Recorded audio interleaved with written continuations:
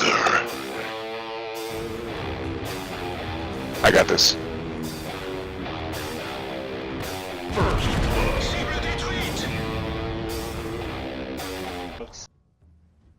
Hey folks, this is ioEther and we're back with some more World of Tanks. So as you can see, this is the Danish Bacon in his... I was going to say 112 because, well, that's the numbers on the side. But of course, this is not a 112. This is Object 907. This is a clan reward tank, I believe. And I wish I could get one, but obviously I can't. So, well, or I'm not likely to anytime soon anyway. We'll put it that way. But I love the way it's painted. I love the decals on it. I like this tank. Anyway, so before we get into... Oh, of course, this is a tier 10 game on Corellia. My bad. And it's an actual tier 10. Fully tier 10 on each and every side. So, this is about the worst... This is the worst possible scenario for this tank. Great. Now, all that's out of the way. Couple things to say. First off is, of course, same as always, if you want to support the channel, best way to do so is to tell your friends. In a week, I'm releasing the new intro. I'd like to have 400 subscribers by then. So come on, guys. Tell your friends. Bring them in. We're only 30 subscribers off. It's so close. And then, of course, the second thing, I'm going to pause it here before, so we don't get into the action before I finish talking about this, is that for any anyone who wants to go above and beyond supporting the channel, then I'm going to draw you some hand-drawn art, and for anybody who wants to see that, click on the link to my Patreon page, and there's it's free, you know, it's open to the public to view. You don't have to, you know, whatever, support the channel or whatever. It's, if you just want to go and see what kind of art I can do by hand, it's over on the Patreon page, and that is something I put my heart and soul into. So hope you guys actually enjoyed it. And yeah, so that all being said, yeah, the top supporters on Patreon will get a unique personalized version of that. Cool. Okay, into the actual game, as we're sneaking ahead. He wants to get up to this rock up here, but he's not going to quite be able to make it until first passing this leopard. And the leopard, well, doesn't realize we're here, but he knows now, as we put 300 damage into the back of him. Is not paying any kind of attention though. So another 300 damage. IS-7 pushes up. IS-7 is trying to dig us out, and now we're in trouble. E5 hitting, or sorry, that was the Foch hit on the side. Leopard's still alive out there. IS-7's still alive, but the IS-7 has backed up to the point where his frontal armor is no longer viable, and these shots are just going clean through the front of him. Danish is now loading gold as this particular round, so this is his first premium round, and of course the I-7 blows up before he can kill it. I do need to mention as we go through this game that I have seen this all before. I have recorded this all before, and then apparently I deleted it instead of uploading it last time. So yeah, the second time around, but it's just as much fun watching this all play it the second time as it was the first time. He's aiming for the front plate of that Moss's turret, because with heat, that is the best place for him to pen. A, it's the weakest armor on that whole turret when it's not sloped and it's facing directly at him. And B, because of the way heat works, where it doesn't normalize as much as other rounds, you want a flat surface that is obviously the weakest part of the tank, if you can get it. And that front face of the Moss turret is beautiful for that. Heat will go through it in anything tier 9 and 10 almost every time. There's a few exceptions, but you know, most tanks you should be able to pen it right there. Now that shot, I'm gonna pause. Next time he highlights the E100, I'm pausing the video to show you a weak spot that most people don't realize is there. But I don't know if he's gonna be able to see the E100 pokes out just enough that we can get a highlight. Nope, never mind. Apparently he's not gonna I don't know if I want to back this tape up to show you guys that or not. Oh well, it's fine. I'm gonna pause it though. I know you guys can't see it, but on the very top of the 100's turret, so let's say the turret is here. At the very top, there's this little flat bar. It's an observation device of some kind. If you shoot that, you will go through most of the time.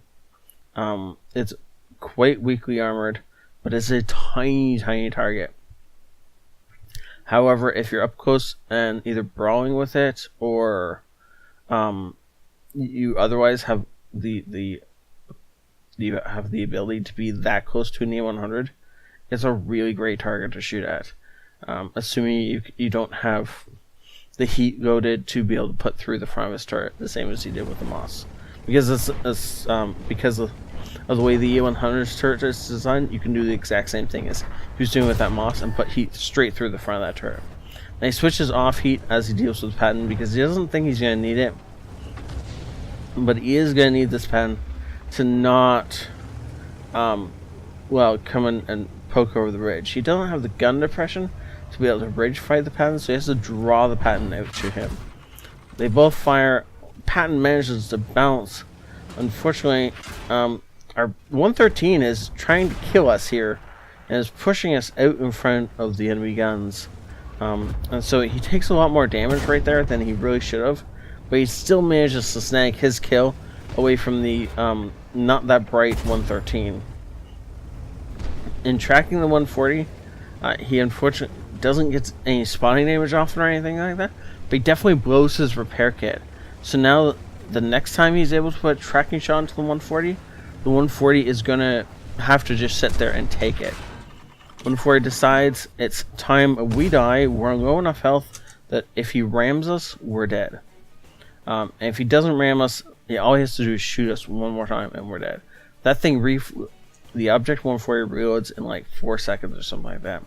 It's fast enough that he can put 2 shots into us on the way down this hill, assuming he doesn't ram us right now. Wait, he didn't ram us? He bounced the second shot? Ha! Now 113 is either trying to make up for his mistake earlier or just trying to get damage in. Either way, the Object 140 never gets another shot in on us. I do have to pause again right here. The Object 140 in that fight could have fired many times at the 113 in that fight, but he concentrated all his fire on us. Now he bounced that second shot on us when he was going down the hill, and then after that he didn't fire again. Not because it's indirect damage, it may have been, but most likely it was because he was trying to knock out the low health target of the two. If he could have killed us, he would have stood a better chance against 113. And you guys should all remember that in your fights. Anytime you're on a 2-on-1, if you can eliminate one of those targets, the fight gets much easier in your favor. Okay. Now, after surviving that insanity, it's on to try and fix the base. Because there is problems. There's a batch check, an Action X, and STA. It's not an STA. It's a T62A. It's close, but different in like every way.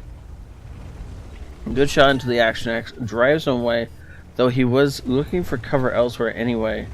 Now he can't stay out in the open too much because of the fact that there is a bush line over here. If somebody gets in behind it at a proper angle, then they're not going to be able to. He's not going to be able to see them, whereas they will definitely be able to see him. Bad Chat is pushing up for shots on our AMX 30B and is just cutting our 30B to ribbons. And the IS-7 isn't able to do a whole lot about it. I don't know why at this point in time our IS-7 just doesn't either wait for the Bad Chat to run out of ammo before he pushes, or just start pushing. But he doesn't. He just keeps cowering in the corner. It gives us the amount of time that we need to get up here and start putting shots in this Action X. And this is the kind of aggressiveness that you guys need to show in your tanks if you want to do the most damage is the fact that he knows that the Batchat's reloading. He knows how much time he has between his reloads, and he knows what the capabilities of his tanks are. So he pops up when the enemy isn't looking, fires, and ducks down again before the Centurion can look at him. And does a similar thing with the Batchat, except unfortunately with the Batchat, he only tracks it instead of killing it. Now he's got to really be careful here because the T-62A can kill him in a single shot. But not only that, he can kill him from a single shot from just about anywhere, assuming he can see him. So he's got to really sneak up on the T-62 if he wants to kill him first. Trying to put a side shot into the moss misses, more than likely, because there we go, that shot goes through. And he's got heat loaded again. Now he's shooting into the side of a T-62A. Unfortunately, the snapshot misses, and he switches back to AP. This is really important because of the fact that if he was just going to fire... unfortunately, not stopping to aim means he doesn't pen the shot, or because it doesn't hit the shot. Anyways, so it's really important you switch back to AP there. And the reason for it is because if he fired high explosive anti-tank into the tracks of the T-62A, all it would have done is eaten the damage and nothing else would have happened. It would have tracked him and that was it. And you could pour all the heat you want into tracks and it's not going to do anything except freeze the guy in place. And if you get really lucky, it might go through a drive wheel and actually do damage, but unlikely. Do never ever fire heat into tracks unless you're trying to reset a cap, and even then it's not worth it. Just fire some HE if you just want to reset a cap. Anyways, that was an awesome game, and I truly enjoyed watching this. It's truly better the second time than the first time. Master Badge First Class Bruiser Duelist Fire for Effect. He manages to grab a Spartan from the ricochet from the Object 140, the Confederate, and the top caliber. Yeah, that's what that is. It's a high caliber, but we're just going to call it a top caliber. 67, 100 damage dealt. A lot more than the rest of the team. And, of course, we have one member of the team that decided to do nothing all game. I don't even know if he moved forward, but yeah. Yeah. You just get this, yeah. But, yeah, props to the 140. He almost pulled off that duel. Unfortunately for him, Bacon's just a lot better.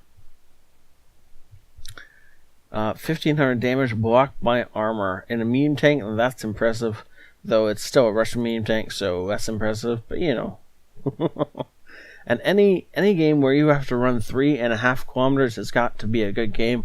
This was well played. Thank you so much for showing this to us, Bacon, and thank you for sending it in. Thank you also all for watching. Please do, if you want to support the channel, again, we're looking for 30 volunteers to join so that we can make it to the mythical 400 mark. And, of course, you can also check out my Patreon links to see what my hand-drawn actual real-life art looks like. And you guys can all get blown away by that. I'm very humble, I swear. I'll see you all next time. This is ioEther out.